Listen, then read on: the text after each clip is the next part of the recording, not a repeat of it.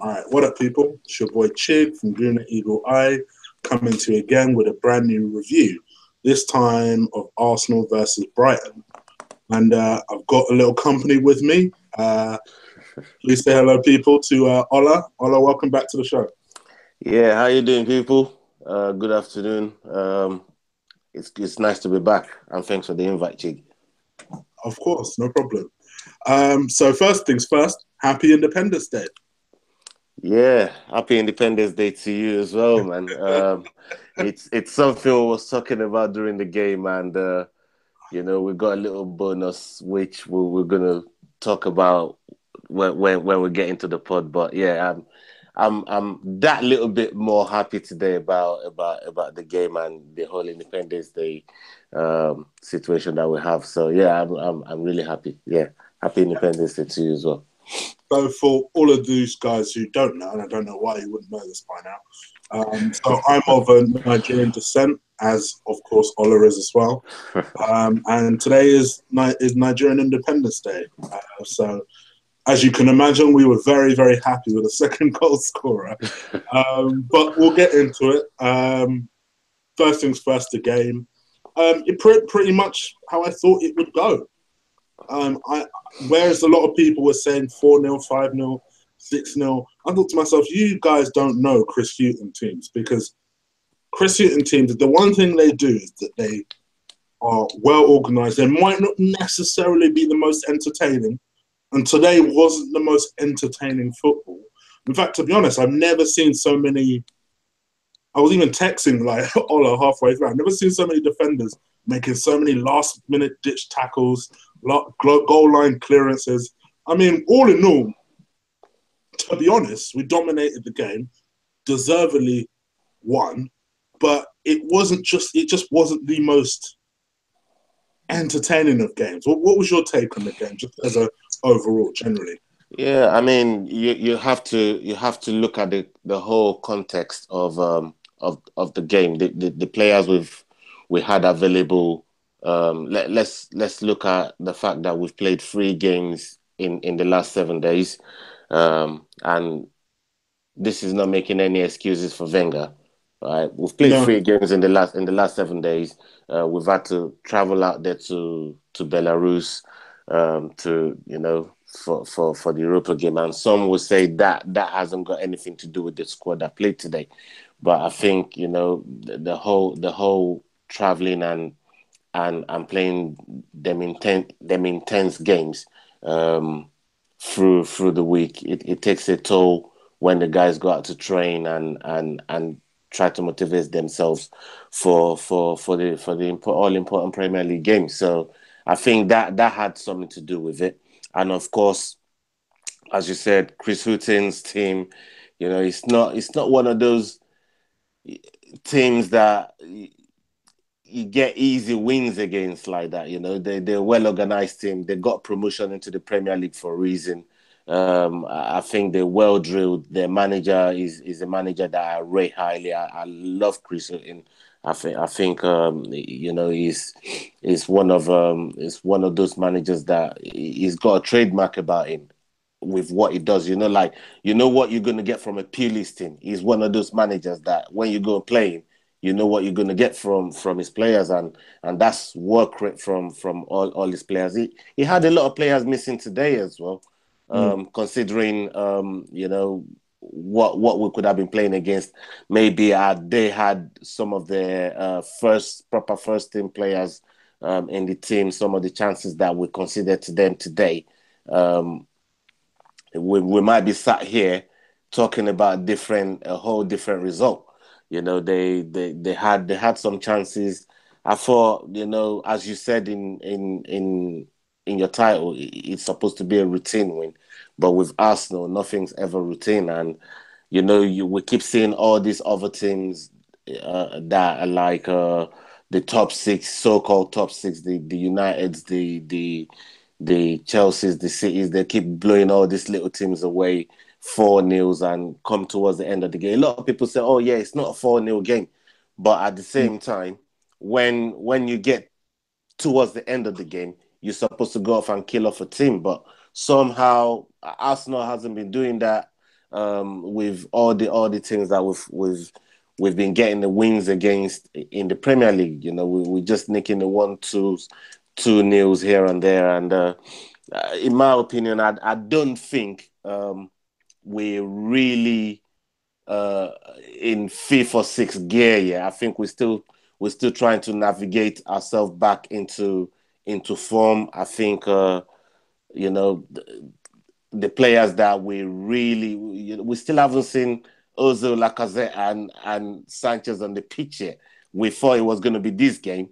It's still not in this game, but the guy that we did see today in place of Ozil, you know, he came up with the end product, which is not what we usually associate with Ozil. He came up with a goal, and you know, overall, yeah, it's not one of them eye-catching games, but at this point, it's all about 3 points. Because had we dropped points today, and you know, getting the chance to get on level with Chelsea, because first couple games of the season, Stoke and Liverpool, it was all doom and gloom. You know, nobody thought that we'll be at this stage be level on points with Chelsea. So let's take it in perspective and look at the bigger picture. You know, I think we've done what, you know, we've done enough. We're just about doing enough to get ourselves back up to speed, and who knows, maybe in the next upcoming fixtures, you know, we'll have the chance to start showing some real zip about our game. But right now, we take what we can, and what we can take right now is 3 points moving forward. Yeah, I guess for me, from my own point of view, and also from a more selfish point of view of, you know, this man was in my fantasy football team today. Was Lacazette. He started very well. I mean, he had that amazing effort after a couple of minutes that hit the post. But then nothing really came together today for him. And why do you think that is? I've got my own theory that I think might upset a few people. But what is your theory about? Look, I rate the guy so highly. You know, it's a player I love so much, and I think he knows the game. Is a player that he really reads the game. He works hard. It was so unlucky when he hit that ball earlier on. You would have thought that was flying in top corner. You know, ended up hit. He bit the keeper. I was just waiting for the ball to ripple in the back of the net, and came off the post. You're thinking, geez, if this is what this guy is doing 2 minutes in, you know, maybe today might just be the day he gets the hat trick. Yeah. But you know, and obviously it didn't really work out for him today. He did what he could, and you know, when you look at what happened to Morata yesterday with the hamstring situation, it made me think maybe that's why Wenger keeps hooking him off. And, you know, it just made me try and see from the manager's point of view, because as fans, we just want to see our best players go out there, do their stuff, banging in goals. And but, you know, the way the manager is seeing things is different to how we see things. And he's going to be thinking, you know what, I just want game time from this guy. I want match fitness from him. I want match sharpness from him, and then everything else will come. I still think he's still early in the season. I know other strikers, other new signings from other clubs they're doing what they're doing, but sometimes we shouldn't concern ourselves too much with what all the other strikers are doing, especially when we're racking the points up. So, you know, Lacazette's time will come, and it's time to get hat-trick will come as well.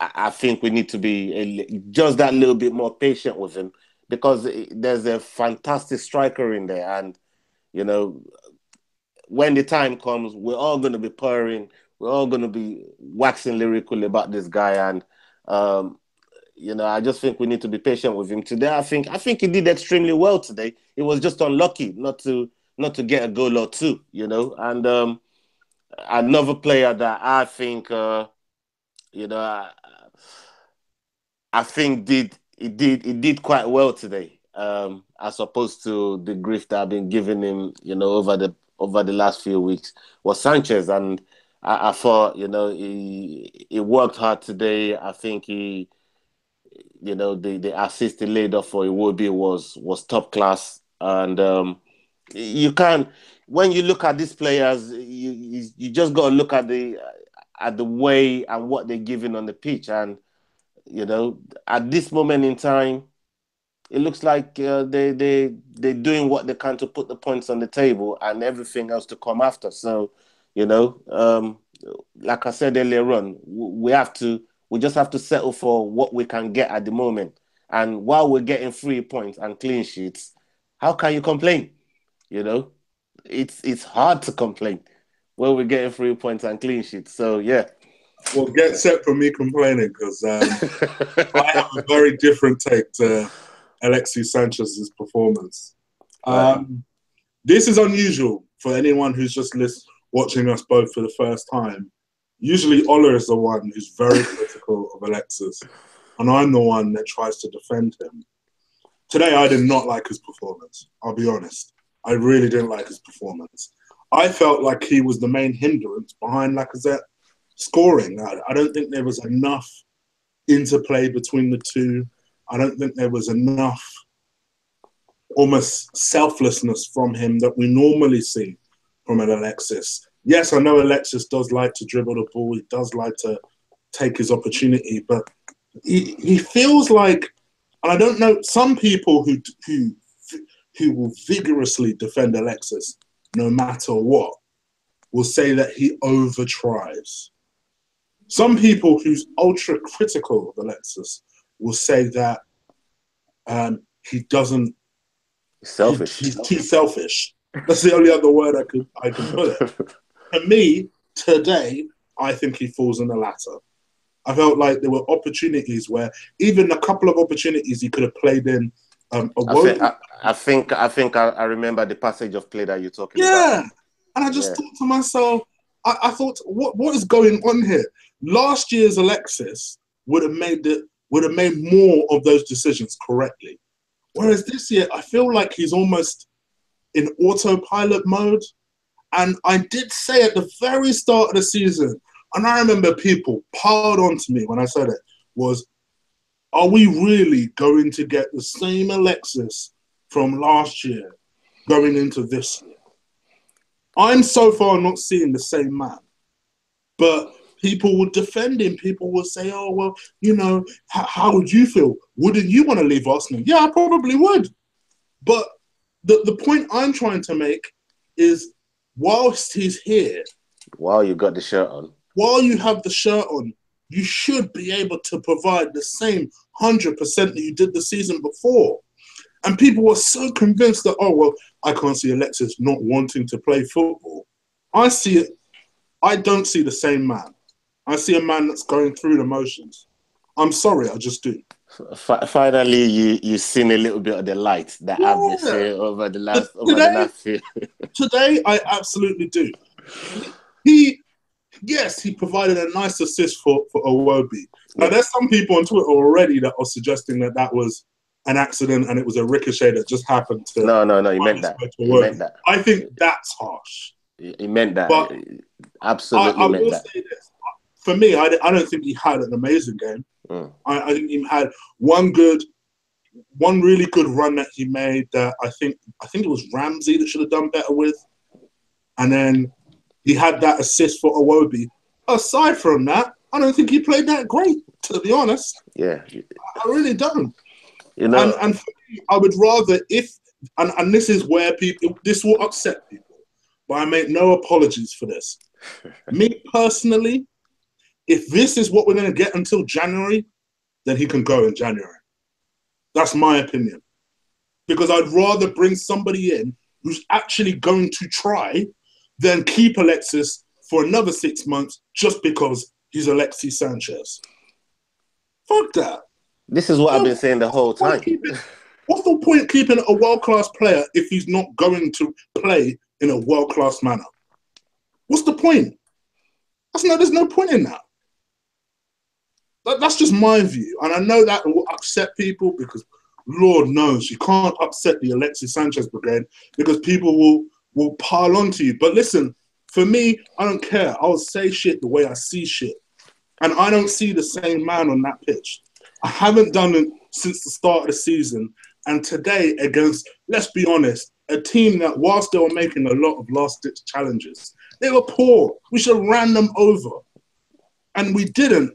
And I'm not saying that's all Alexis Sanchez. Listen, I'll get into Aaron Ramsey and people like that in a minute. But for me, the people that are defending Alexis Sanchez need to just take a step back and be a little bit more objective. What did we say today apart from a back heel? What really did we see today from him? Be honest. To be fair, you know what? I'm not going to sit down here and say that I love Alexis and I worship the ground he walks on, yeah. But there's just certain times in the game where he gets you pulling your hair out, and because of him, I've almost turned into Wayne Rooney and start looking for somebody to sell me some hair implants because I keep pulling my bloody hair. I keep pulling my bloody hair out, man, and I'm thinking to myself, come on, you know, there's you know, he did this in the last game where he had a chance to play Lacazette in for his hat-trick, and he took the shot himself. He gave the ball to Foster. It was a weak shot that he took. Earlier on today as well, there's a couple passages of play that he had, and I felt Iwobi was there. Lacazette, they were in a much better position for him to give him the pass, and it probably would have been a nice curling tapping for them or a nice shot for Iwobi, but you know, he didn't. He took the shot himself, went straight to the keeper, and I thought to myself, you know, there's a lot of times that you want Alexis to look. He's a special player because there's certain things that he done on the pitch today that I guarantee you right now, there's no one else in our team that could do some of the low center of gravity turns that he does. He just loses a player. You could be on him like a rash and he just loses just like that. But at the same time, you know, he doesn't do it to lay the pass on for the team, or once you've lost the player, you create the space in it because you've already drawn the man out or draw a couple players out. So once you've drawn them out and players are in space, use them. But Alexis wouldn't. He goes for it himself. I think he's still looking for that goal. He hasn't had the Premier League goal yet. And probably that's part of the selfishness that you see from his game today. He's trying to get that goal, and in a way, a player of his caliber and a player that's playing for. Because let's have it right, this guy is playing for a move, whether you like it or not. He's playing for a move. And this is Wenger's analogy when he was saying it, that is in his own interest to play well in his last year of contract. Because Wenger knows if you're playing for a move, you can't be playing rubbish. You got to be playing some good football to attract all these other clubs to come and get you. Because Coutinho, if you look at Coutinho, for example, all them goals that he's whacking in now, it's not doing it for Liverpool's sake. He's doing it to get over to Barcelona. You know what I mean? So it's the same way you have to look at whatever Alexis is doing now, whilst he's doing it in our shirt, whilst he's doing it to help our team move forward, there's still a nice part of him that's doing it for himself.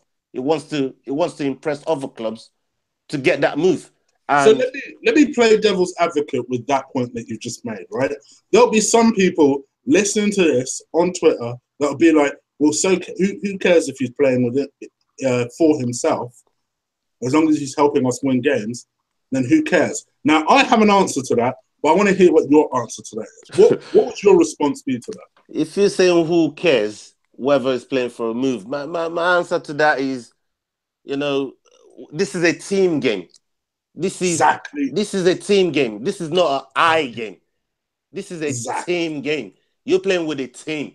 And if you're not prepared to work with the team, which he did today, which is why I'm not killing him today. I'm not trying to beat him that today. I feel sorry. I feel sorry for Lacazette today because I feel, Alexis could have definitely put him in for a goal. But if there was somebody else, that goes to my very original point. Because he's playing for himself instead of him being part of the team and playing for the team, people like Lacazette are going to suffer. And then you kind of understand the mentality of Wenger when he says, can Ozil, who's another person who isn't living up to form, let's not get this twisted, Ozil as well. But Ozil as well, I can understand why now Wenger's not playing the three. Because it feels like they're all kind of hindering each other's progress. But the thing is this, though. Crazy. Ozil is probably the most selfless person we have in the team. but that's the irony. That's the irony. That is the irony. But what I will say about Ozil is that he, form-wise, hasn't been doing shit this season either. Yeah. So this is the thing. I can understand why Wenger kept him, particularly with Alexis. But when you made the decision so late in the window to sell him, there must have been a reason. So for you to then last minute say, oh, actually, I'm going to keep Alexis. My question was very simple. Will Alexis be the same man? And my gosh, you should have saw the people that were piling onto me saying, oh, how could you think that? Don't you know anything about football? Alexis is the master, he's the best football. All right, no problem. Just putting it out there. Sorry, my bad. 7 games later, he scored 1 goal. Admittedly, it was a brilliant goal. He scored 1 goal. What else has he... Okay, and a couple of assists. One of them being today. And yes, I don't diminish his input in today's game. But are we seeing the same man that we saw last season, who, in my opinion, would have got at least a couple of goals today? I mean, I've been to watch so many games, and watching Alexis in the flesh. And trust me, when I say to you that we've got a different Alexis from last season to what we have this season, just going to watch him, you can see it. It's there for everyone to see. The only people that are not with it are in denial. Trust me, it's so clear to see because. Exactly. It's there is no difference between somebody who doesn't admit that Alexis is a different man to the same person who would say that Arsene Wenger is the most successful, is the best manager. There's no difference, is there? It's just the same delusion. You're not being honest with yourself. It's the same delusion because you don't want to see the actual truth. And I will tell you, I love Alexis. Don't get me wrong. But I don't care who you are. If I can see a change in behavior, a change in attitude, a change in commitment, I will call you out on it. And I'm calling him out on it. I don't care.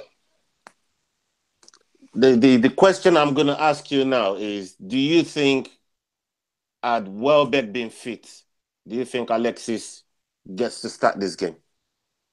Oh, it's so difficult because Welbeck, I love everything apart from when he finishes. Everything else I love him for. Everything else. Because let's be real here. Everything that you're saying... Alexis hasn't been finishing though, has it? But that's the thing. Alexis hasn't... Exactly. You're right. He hasn't been finishing. Technically, if you want to look at it another way, Welbeck has had more goals this season.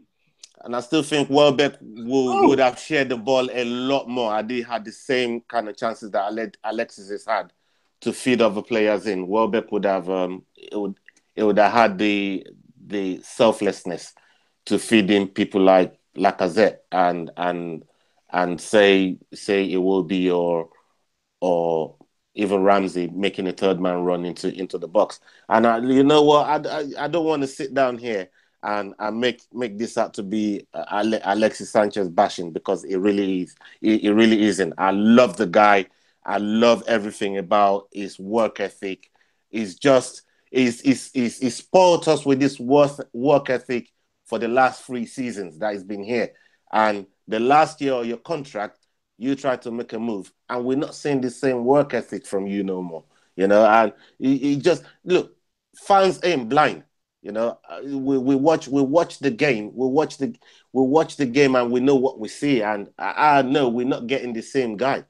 We're not getting the same ethic. We're not getting the same zip about this guy. And as much as it hurts, for me, it's more of, do we start thinking about giving the people that are committed to this club a chance over the guys that wants to go? This is the $1 million question.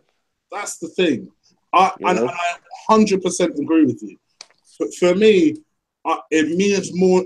Yes, of course, it means everything that we have a world-class player. But to me, not at the expense of someone who is more committed than that player. And you know what? I now understand. I understand now why Welbeck was starting games before Alexis. Because, yes, Alexis is the more talented player. But the one thing... Welbeck is not committed. But yeah, that's the thing. One thing you'll never say about Danny Welbeck is that man is not committed. Because I'll tell you what, if Welbeck could finish, he'd be the best striker in the league. I have always said that. If he was more fit... You're not wrong. ...and could finish, he'd be the best striker in the league. Because the man will give you commitment. He will run all day for you. He won't... In fact, in a way, it's admirable. When he misses chances, you would think, oh, his shoulders was slumping and everything. No, if anything, he tries harder. And that's what I want to see. I want to see some selfish shit on the pitch. And that's my problem with Alexis. I'm trying to suppress it because I know it upsets people. It upsets people in the same way that when you start talking shit about Wenger, it upsets people. But you need to be honest. You need to be objective, innit? You need to say how it is. What did he really do? Bar a back heel. He didn't do anything. Not really. So I don't know. It's just my opinion.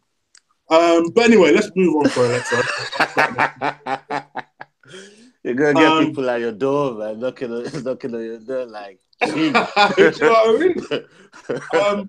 Monreal. I know when we were texting each other on WhatsApp earlier about this, we both said the same thing. I mean, if he's not the most consistent player in the Arsenal team, I don't know who is. What do you think about Monreal? I mean, this guy, man, is fabulous. And I go back to the day when we signed him. And you know how we are. Look at that little sign in there. Turn my nose up on it. You know what I mean? It was just one of those names. I'm thinking, what the fuck is this guy, man? And it came into the league, dislodged Gibbs for time. I mean, for seasons. Gibbs couldn't get back in. And then you start to think to yourself, you know what, this guy, he ain't bad, you know. And then all of a sudden, you know what, the best thing Wenger ever done for him, and I swear that we all killed Wenger for this, was playing centre-back. Yeah. We all slaughtered Wenger for it. Yeah. Every one of us slaughtered him for it. I'll be honest. Every one of us slaughtered Wenger for this. And I swear down, the best thing Wenger done for this guy was playing centre-back in that season where he played him there. Because it's made him 3-5 times the defender he could have been. And 100% agree. My God. I mean, Monreal, for me, is the best blocker of a cross. That when it comes to somebody blocking crosses, is the best one we got. When it comes to somebody reading the game in that back line, it's probably the best we got. He's consistent. He scores goals. Well, he scored a few. I mean, that, if you remember, go back to that cross that Chamberlain put in for Monreal, and the way he took it first time, bang in the back of the net. I mean, this guy's got some important goals for us, and for the price we paid for him, the service is given to the Arsenal is the true servant of the club, and I can't say nothing bad about this guy. I mean, for me, it's more than Koscielny. He's been the best defender for me. Yeah. Like Sanchez has got his little minions out there. There's a lot of minions out there for Koscielny as well. And Yeah, I agree. There is. I don't see it. I really don't. Look, where was Koscielny today? You know Exactly. what I mean? You know? So I've always said when we need Koscielny the most, he's never there. And I've been on a few shows and I've reeled off all them important games where Koscielny was supposed to be, and he went there. So for me, you know, I mean, to be fair, he was injured today, but in the sense this is part of the problem, though. This is part of the problem. This is part of the problem. You know what I mean? How can you be there if you're injured all the time and you want to get ratings? You can't be getting ratings if you broke out. It's like trying to rate company all the time. How can you rate company when he's never there? You know what I mean? This is the thing. You rate people that are there every time, not a man that ain't never there or that's there half the time through a season. You know what I mean? It don't work like that. With footballers, if you're fit, part of being a great footballer is being fit and looking after yourself. I know there's certain injuries that you can't help, but at the same time, you know, stay fit. You know, and I mean, at this point, look, for me, sorry, let me just finish this. For Monreal, talking about fitness, how many times do you see Monreal injured? How many times? This is what I'm trying to say. You know, and that's part of what makes this guy special. You know, it might not cost a lot, it might not be a big name signing, but my God, this guy has been consistent. He plays in almost every game. He puts in 100%, and you know, occasionally he'll pop up with beauties like that you saw today. And I love the guy, and yeah, it might not be in the bracket of people that deserve a statue at the stadium, but you know, he'll be one that will be remembered for time to come. Monreal will. Yeah, for me, I love Monreal. You know, I've really learned to love him probably over the last 18 months, if I'm being honest. Because, like you say, he's not the most fashionable footballer. I made this comparison the other day when I was doing a review with a few people. He is really our Ascolopeta. You know, goes about absolutely very quietly. He's really a wing back, but can slot in at that left centre back. And to be honest, and I never thought I would say this, in a way, I can't see anyone else playing there as well. That's why it's come to, isn't it? Really weird now. Like I'll give them a credit for that one, because he called that one and I was not happy, because I'm very much a traditionalist when it comes to centre backs. I like my centre backs big, strong, tall. I hate the idea of a wing back playing as a centre back, even as a part of a back three. But that position is perfect for him. It works so well for him.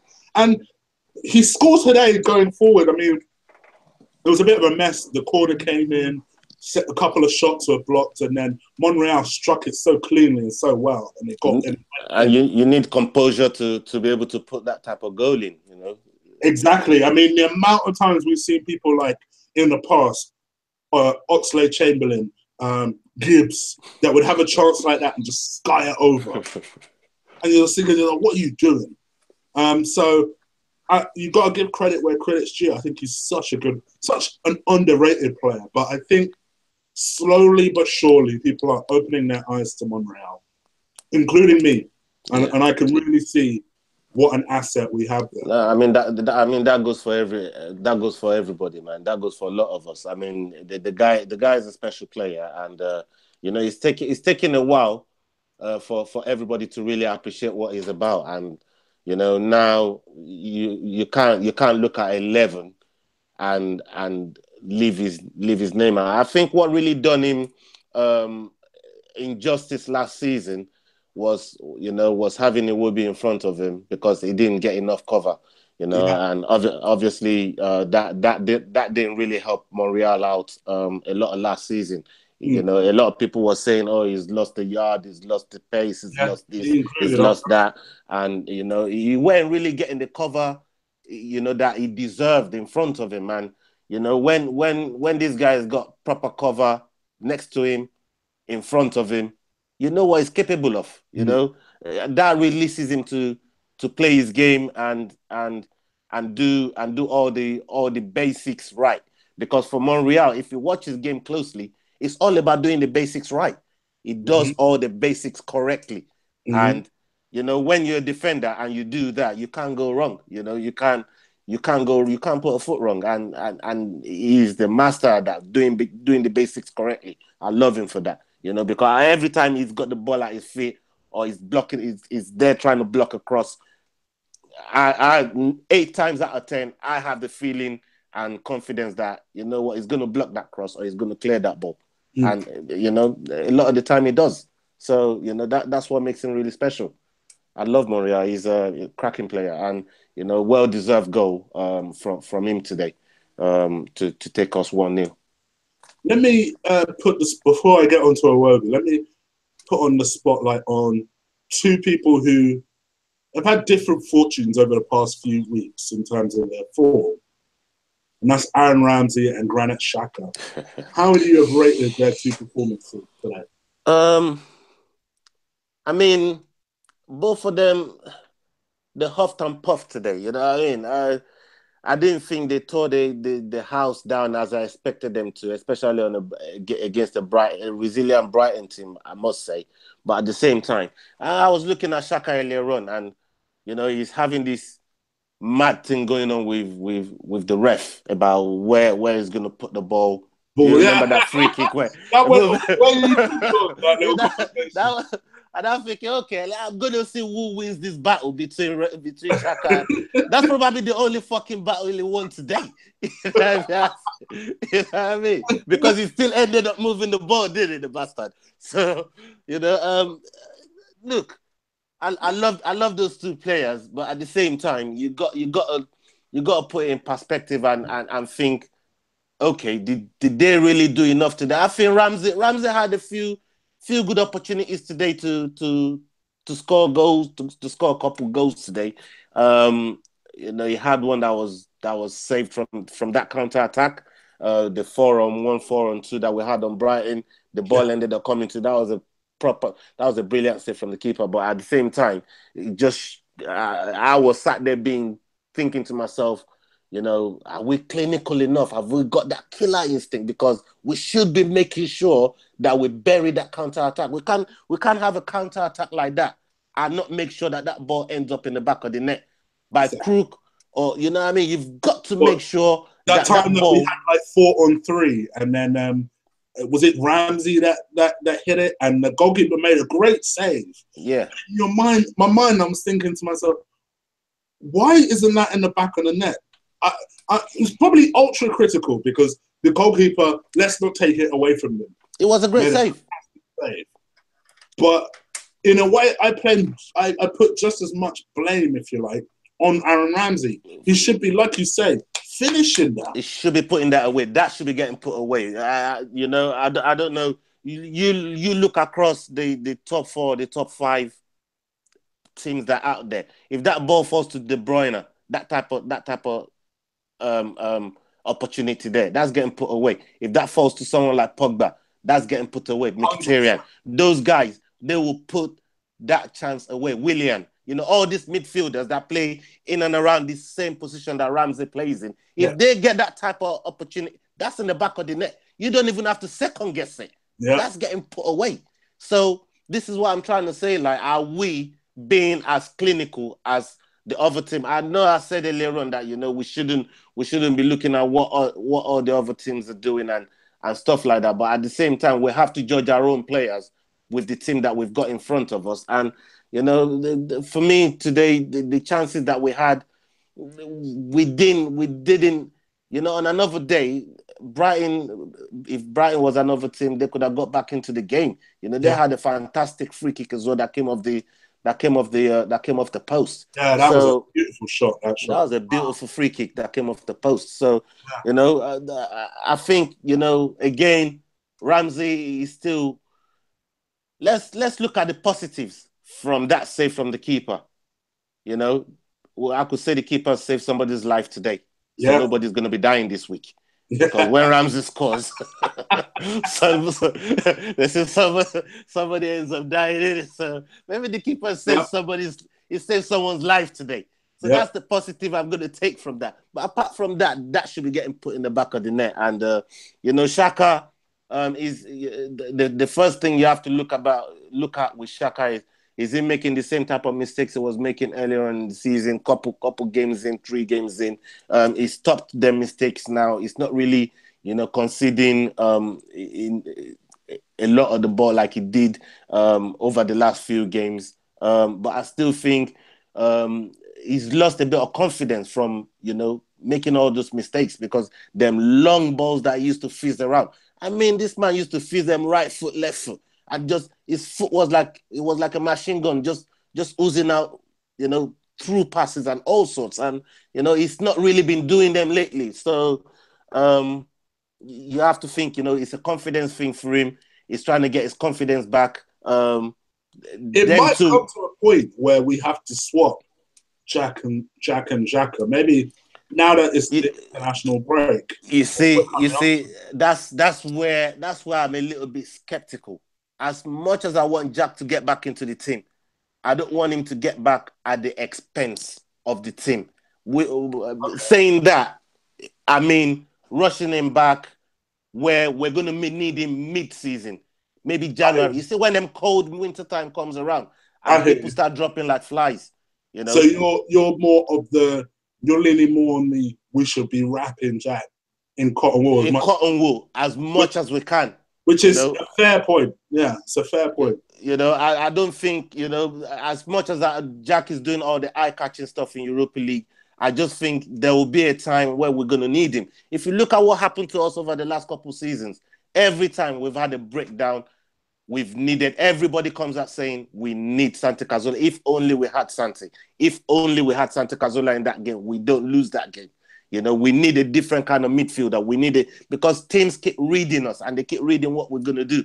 But when we've got somebody like Jack in the squad fit and available for selection, that's just more conundrum for the opposition to worry about, because they don't know what he's going to bring to the table when we bring him on the pitch, And, I just think it's another option for us. And believe you me, if you think we're going in January and we're going to be spending 60, 70 million on a midfielder, you got something else coming. So you better look after Jack while Jack is fit, because that's all we got.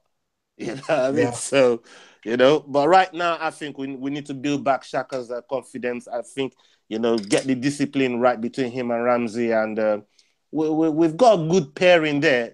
We just need them firing on all cylinders. And yeah, we got a few games from the so-called lesser teams. I don't call them lesser teams, because for me, every team in the league is worth 3 points. Yeah. So there's no gimmies in this league. But these are games that you think, it's a routine win. So we got a few of those games for them to build up their partnership, build up their discipline, leading into the upcoming City and Tottenham game that we got in a few weeks. So let's see how that develops. I think my thinking behind the Xhaka swap, shall we say, is that if you have him playing against these lesser teams where he can build his confidence, like you said, if it is a confidence issue, let's get him his confidence back. Let's get him to some good form and play someone like a Xhaka who at the moment deserves it.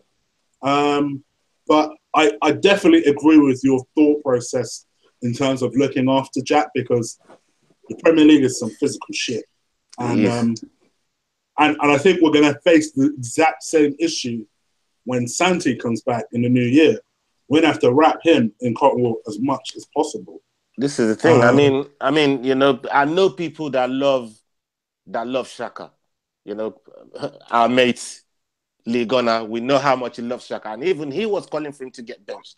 And even big up Lee if you're watching. Even he was calling for him to get benched, and I'm thinking to myself, this guy is suffering from confidence issues, and a lot. Some of our players, it takes different times for people to get their confidence up. And his might just be taking a little bit longer than others. And, you know, I think there's a brilliant player in there. I watched him in the cup final with Lee, and, you know, this guy, he is something else. He really has it. He's got it.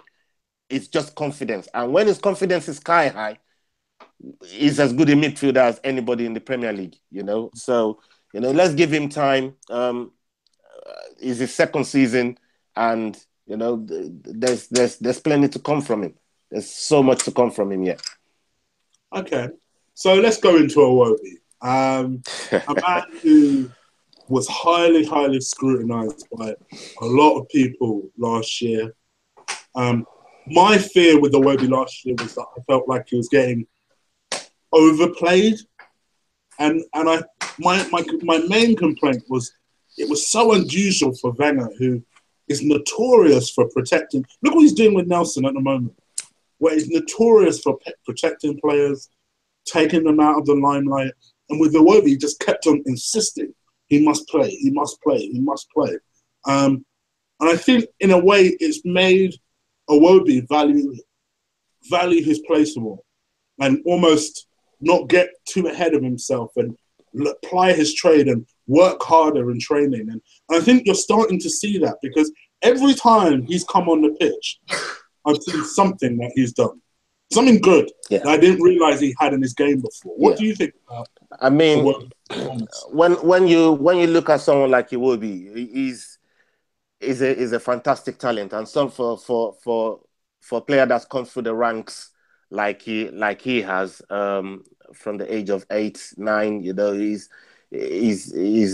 truly Arsenal true and true, and you know, he's got the talent there. The manager realizes he's got the talent, but at the time that when Wenger was playing him and insisted on playing him, like you were saying just now and you was alluding to just now, we had 3 youngsters in the Premier League, right? And he was one of them. I'm going to mention the other 2, and I'm sure you know the other 2 as well. Rashford and Kelechi Iheanacho, another one of our countrymen. Right? And these 3 was badding up the league. Them 3, man, they were killing of the league, you know what I mean? And, you know, to watch Iheanacho doing what he was doing for City, Rashford doing what he was doing for United, and it would be what he was doing for us in that period there, it was hard to take him out. And I think that bought him enough credit to go into the following season where he had a shocker and Wenger didn't switch on to take him off, because all these guys were still kind of getting games. But if you remember, Kelechi actually did get it. He got brought back a little bit. He didn't play as much in that same season there, which was last season. He didn't play as much. And, you know, Rashford didn't play as much neither, but we carried on playing Iwobi, and, you know, a lot of fans some fans started turning on him. Some people, I personally left that blame on the manager's doorstep, because I felt, you know, he should have realized it, and, you know, him and Monreal wasn't working on that side. Everything that we played against, they all targeted that left-hand side, and you know, it was clear for everyone to see they got targeted every time. And, you know, in the end, Wenger saw the lights, dropped him, and like you said, he's made Iwobi value his spot in the team a lot more now, because sometimes when you keep playing games and having bad games and you keep getting reselected, you start to feel like you're Ramsey. You start to feel like you're Rozo. And you start to get too big for your boots. You know what I mean? And when you start feeling like that, Wenger is not that type of man that's going to pin you in the corner of the room and say, listen, my, calm down. Yeah? You're not as big as what you think you are. Right? It's not that type of man to do that. Yeah, there's other managers in the league that we could say, and we've seen, do them type of things to their players. You know, I've seen Conte grab one physio man and dash the man, on the side of the pitch. And I know that's the type of thing that he'd do in the in the dressing room. He wouldn't have no problem pinning the man in the corner of the room and telling him, listen, I'm the man round here, and you will do as you're told. Yeah? So, but there's certain man that feel, I can go out and have a bad game and I'll get reselected next week. There was no accountability the whole of last season. You know what I mean? And it was part of the trend of players that was having bad games and kept getting reselected.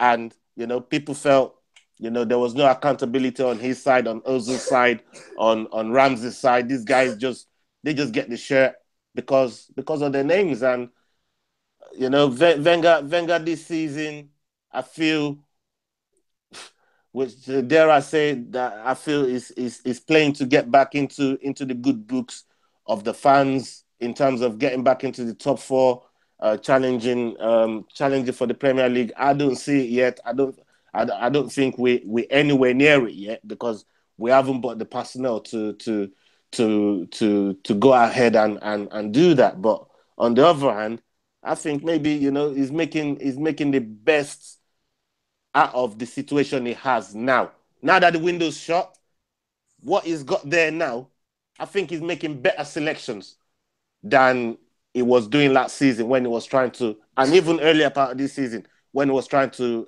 impress people because of contract situation and you know, that type of stuff there. So I think he's choosing the team now for the team rather than choosing players to sign a contract.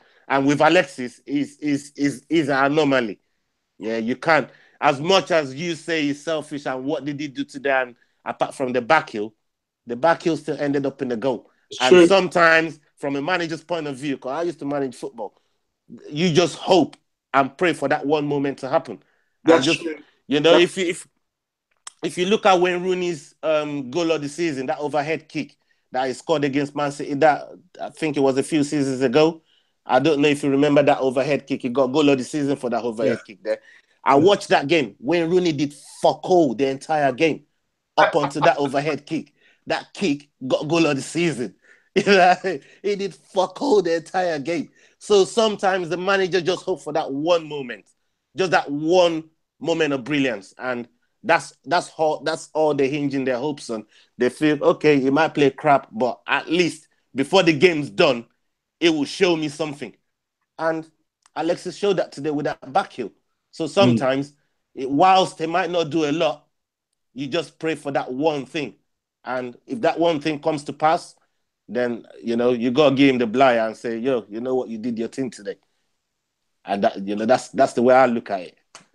I agree. I do think sometimes it's useful to have that player who's capable of just producing something out of nothing, and is able to produce that moment of magic. And like you say, the one back heel did result in the back of the net. It did kill off the game. It's just, I don't know. I don't know. For me, it's such a conflict because I know deep down what you're saying is right. But I also believe that it's right to have, even if it means a less talented player who is more committed in the team, I want that more commitment. Yeah. Let me give you an example. Let me see if you agree with this point of view. I was one of the few people who never criticized Iwobi. Not Iwobi, Abue. Oh, yeah. Remember Emmanuel Abue? Yeah. Right? I know the guy was basically an athlete. There was no real talent there. Yeah. Right? But you know what I liked about Abue? He could run and run and run. Sometimes like a headless chicken, but he would try and try and try. And you know what? I had no problem with a player like that. Yeah. No problem whatsoever with a player like that. Because he always showed he was committed. Imagine getting booed the way he did at the Emirates that time. Which, by the way, I am never an advocate of that. I don't care how much a player's pissing you off. You don't boo someone that actually puts on the badge and is actually trying. Right? And he would try and try and try. And Lord knows, half the time it never worked. But he would try and try. But he was committed. He showed that he wanted to be there. As opposed to some of the players that are in this squad at the moment, you're like, does Ozil really want to be there? Does he? No. you just brought us to a very, very, very massive point about Ozil. You know, for me, this PR stunt that is pulling, I know a few people said it, including Lee. He's mentioned it a few times that, you know, he's got this PR people. That don't fool, man, you know, because I see what the man's doing. And all these fake injuries that they keep talking about him getting, I don't understand it. You know, at first it was bellyache for Sanchez. Sanchez got bellyache. Now Ozil's cut himself shaving. What's wrong with these guys? How you man demanding nearly 300 grand a week? 300 grand a week. And you're not putting it in. You know, this is the thing here that some, as much as people like to kill off Mourinho, you know, and I'm one of these guys that I'm objective and you see things in a different perspective. And Mourinho was saying about people like Phil Jones and Smalling last season. Can you get through the pain barrier and fight for this club? Because he went seeing it from those guys. Yeah. And there's certain people that even, unless you got like really career-ending injury, you know, really bad injury, then I can understand. Maybe not career-ending, maybe that's too harsh, but a proper bad injury, you know, like the ones that Jack's been having or and stuff like that. But if you've just got something minor, I mean, Ian Wright, do you remember when he came out saying, do you know the amount of injections that I took playing for Arsenal? True. The amount, when I'm not fit to play, there's no way I should have been playing them games. But I will take injections and go and fight for the Arsenal, fight for the fans, go out there and put on a performance that's worthy for them fans that travel to them games. Do you know the amount of times that people like Ian Wright took injections to go and fight for us? Yeah, and these guys, they get a minor little toenail, they get a little something, and they say they're not fit to play. They get bellyache and they say, I got a flu and I can't play. You're asking for 300 grand a fucking week. If I had a flu and I rang my boss that I can't come to work, he'll tell me, get your fucking ass here. What are you talking about, flu?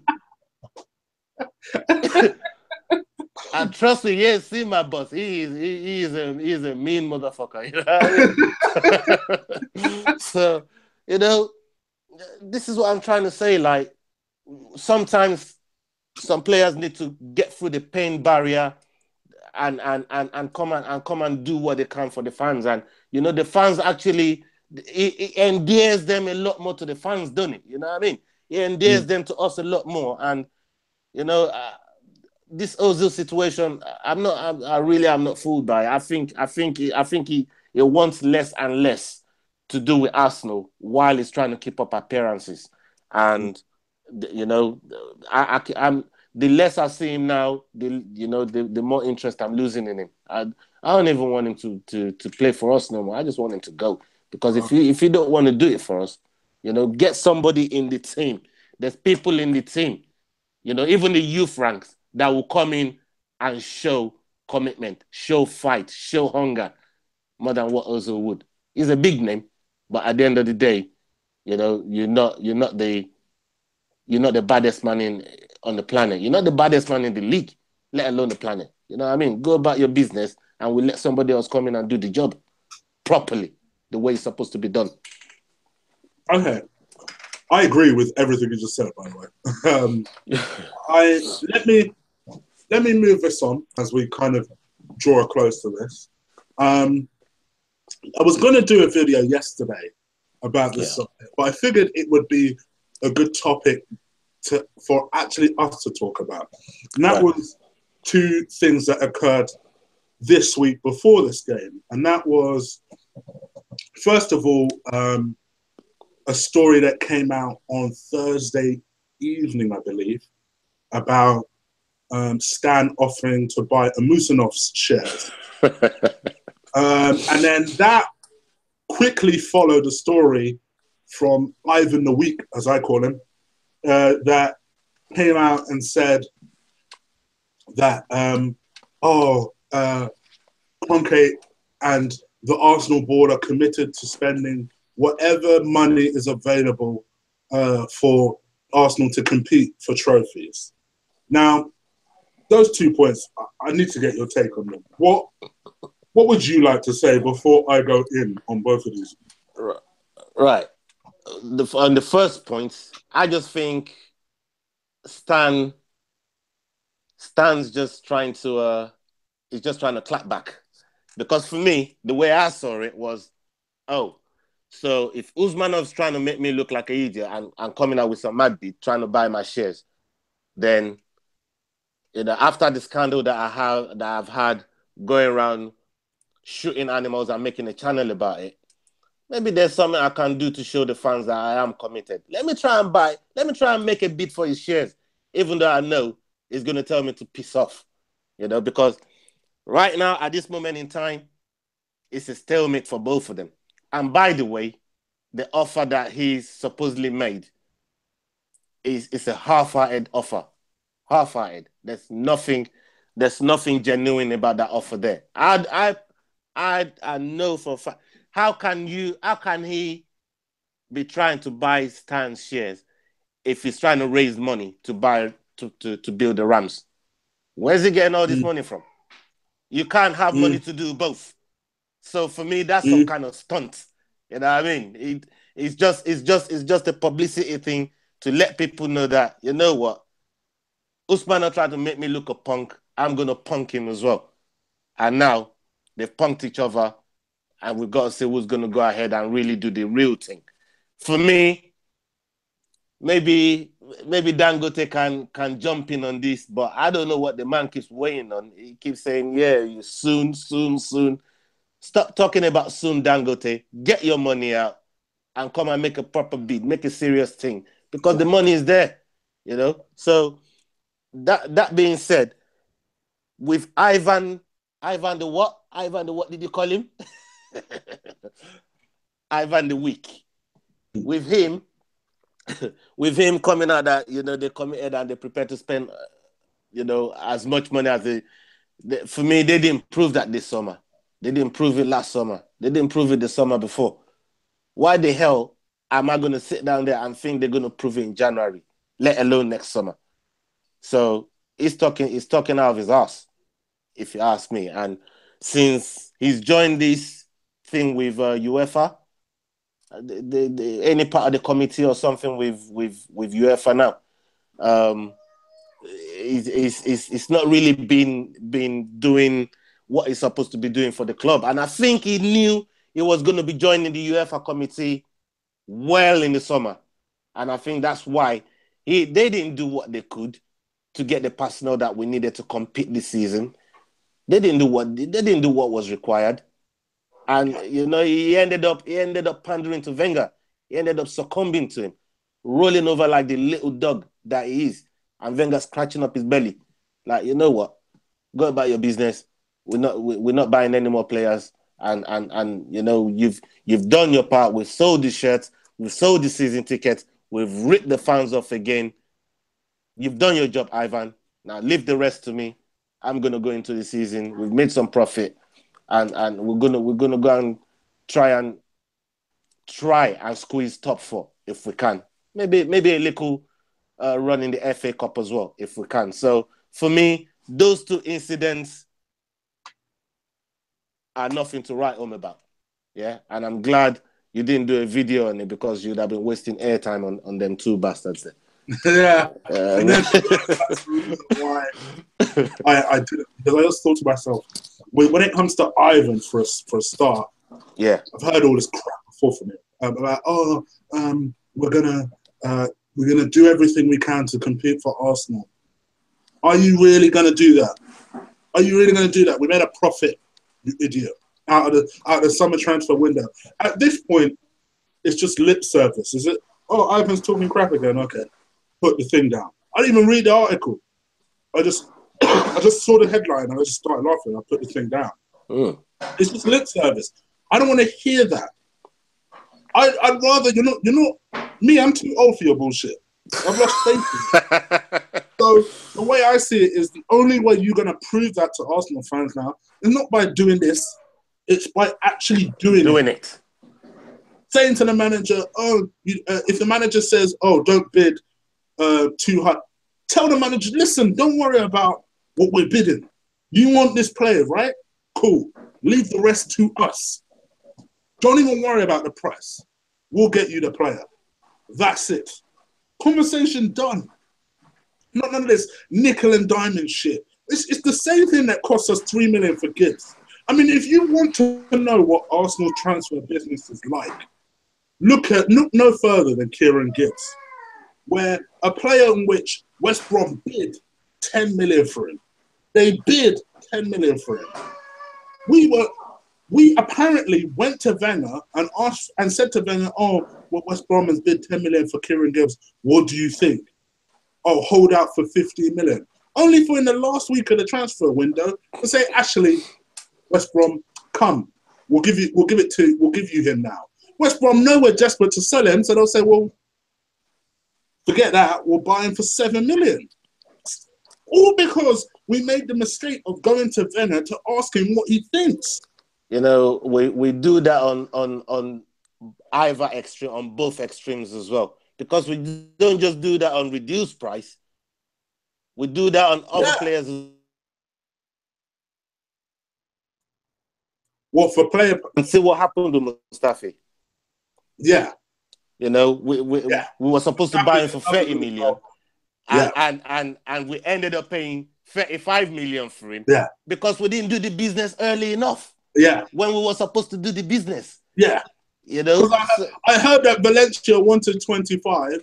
As per usual, with nickel and diamond, and ahhing, and then only for us to go last week of the transfer window, say, "Actually, we'll have him for 25. What do you think Valencia are going to say to you? Well, no. It's the last week of the transfer window. What do you want us to do? Lamar, the same thing. I'm in an ahhing for 45 million. I'm in an ahhing.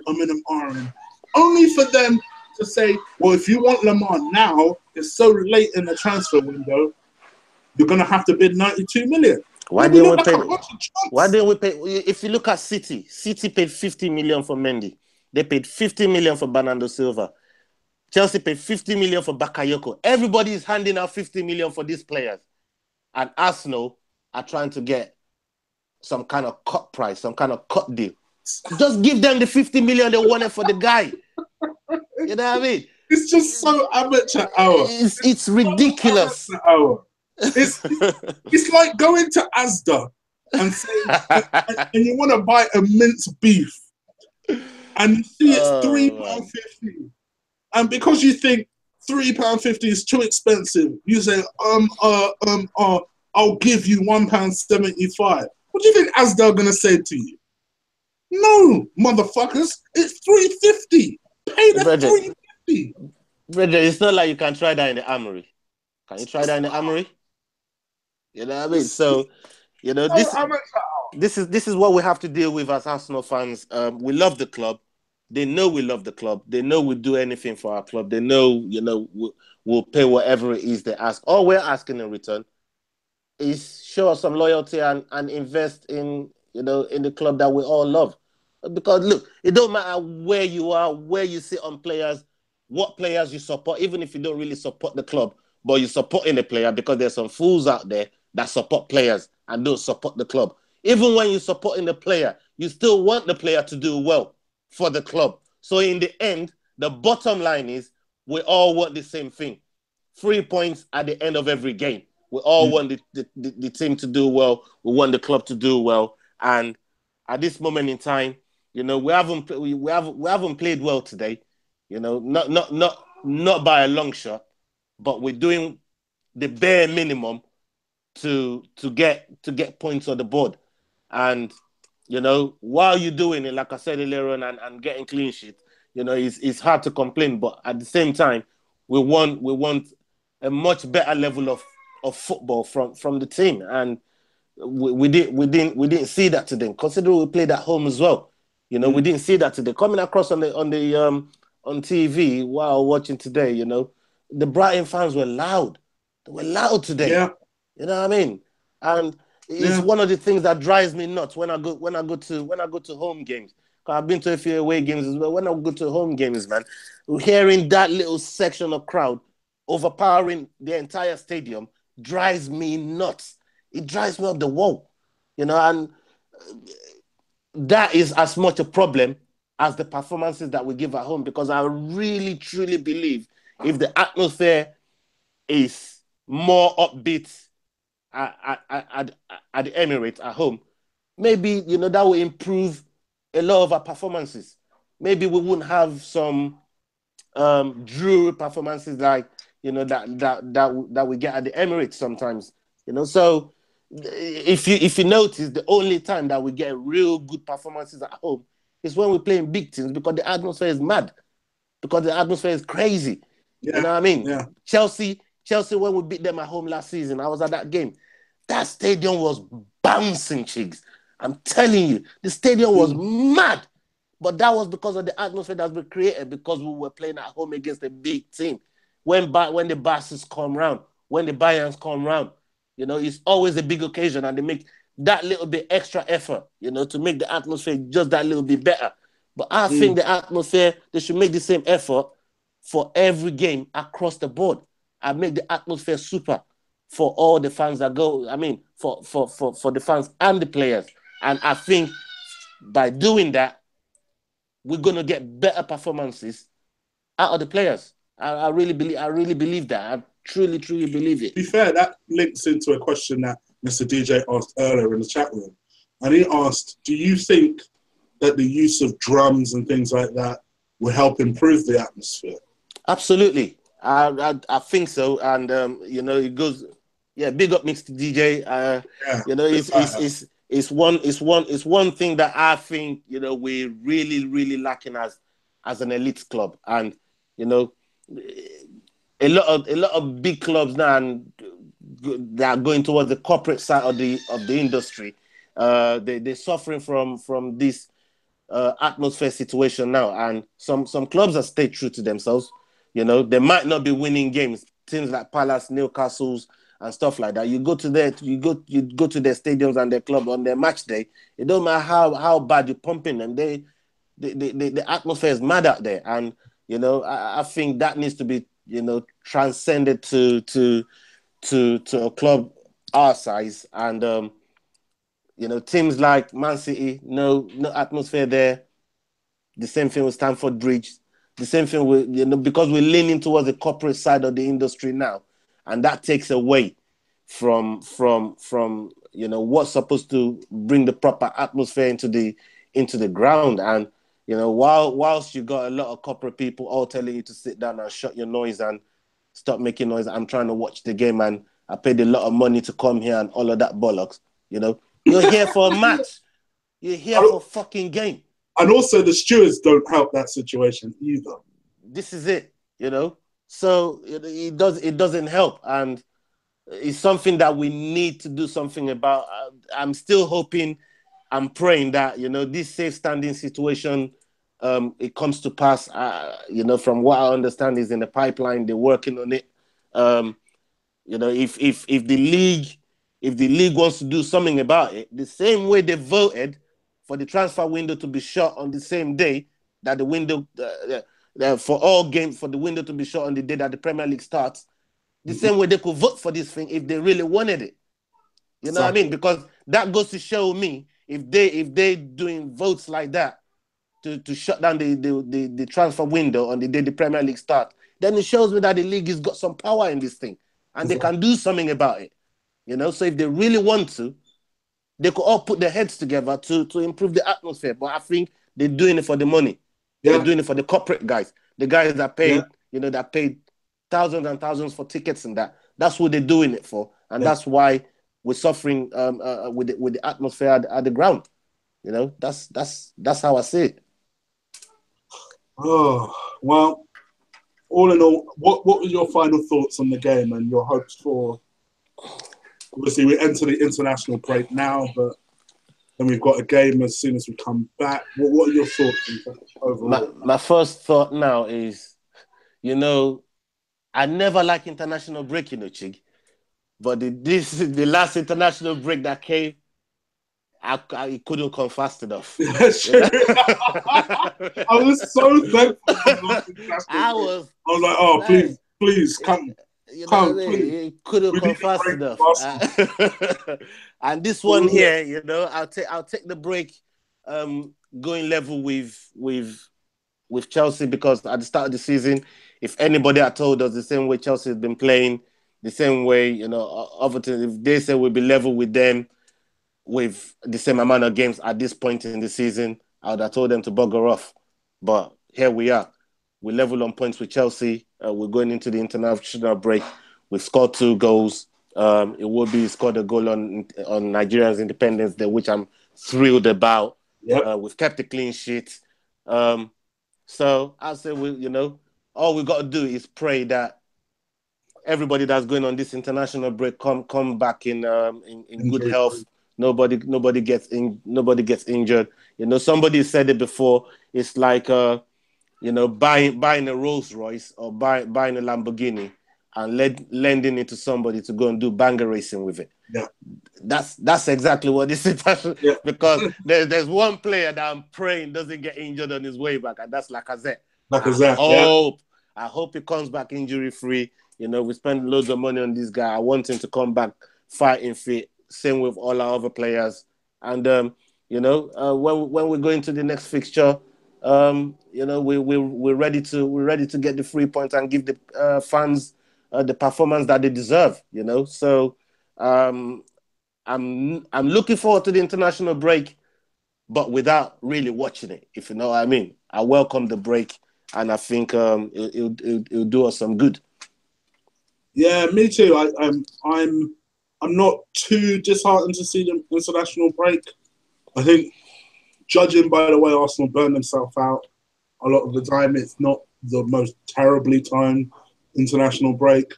When we come back, it's Watford away, so it's not the hardest game, but it will be a challenge in itself, particularly because it is away, and hopefully it's a game I'm going to, all things being well. So yeah, let's see what happens. I'm all right though. I mean, listen, despite the tone of the way this review will come, we won.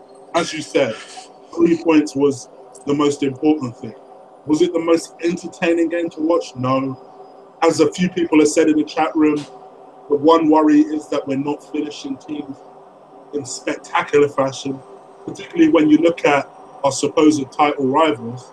You look at people like United and City, and they're just bitch slapping the shit out of teams. And you're like, I just wish we could do that. But then again, even City didn't bitch slap Brighton. They're a solid team, Brighton. I think they'll be all right this season, merely because they can defend so well. So I'm happy. It could be a lot worse. We could be talking after an embarrassing loss at home. So, I'm going to be thankful for small mercies. But anyways, thank you for everyone that's joined us. So we're just going to wrap things up. Thank you, everyone. Ola, let the people know where they can find you, man. Yeah, you guys can find me at Black Scorpion Free, BALK Scorpion Free on Twitter. You can find me on YouTube as well, Capitalscorpionz Tv. I've not been putting some content on because of family issues. No, my son has been really, really ill. Yeah, so I've just been taking a lot of time looking after him and work as well. So that's been the reason. But as soon as he's got himself back together and stuff like that, I'll be back putting more content on the channel. But you can always go on there and check out some of the stuff that I've put on there. They're all good stuff. Yes. And we'll be doesn't have nearly enough subscribers for what. Yeah, I know. But yeah, if you want to see some of the stuff that go on there, check it out. Subscribe while you're there, and show us some love. But I want to say thank you to you as well, Chief, for inviting me on. It's been an absolute pleasure this afternoon. We don't always do pods over a win, so This is true. This is our first one actually. But we've done that Arsenal run, so yeah. This is a nice one, and on the Independence Day as well. So and on Independence Day, I was just about to say it. Yeah. Yeah. So I'm so happy. Thanks for inviting us on. Of course, no problem, man. And And yeah, if you're listening to us live, give me 5 minutes. All of Ola's details will be in the description below. And obviously, if you're not listening to us live, just look in the description below. All of Ola's details will be there. But also, if you're listening to us live, hit that like button. It helps every time you guys do it. And you guys know, if you don't know, I am very appreciative of every time you crush, destroy, and bitch slap the crap out of that like button. You might owe people some phones, you know, if they keep crushing and destroying them. Remember that one there? Yes. Oh, gosh. Oh, and also, if you're listening to me for the very first time, hit that subscribe button. This is the kind of thing I do. I'll probably be back some point during the international break because it's such a long and uneventful break. So I'll probably do a show. Ola doesn't know this, but I'll probably do a show with Ola and maybe Lee at some point over the international break. So, that'd be nice too. Yeah, so do stay subscribed to me, and hopefully I'll just be banging out material you guys enjoy. Apart from that, that's about it. So I guess we better leave you to your Sunday afternoon. Take care, guys, and happy Independence Day.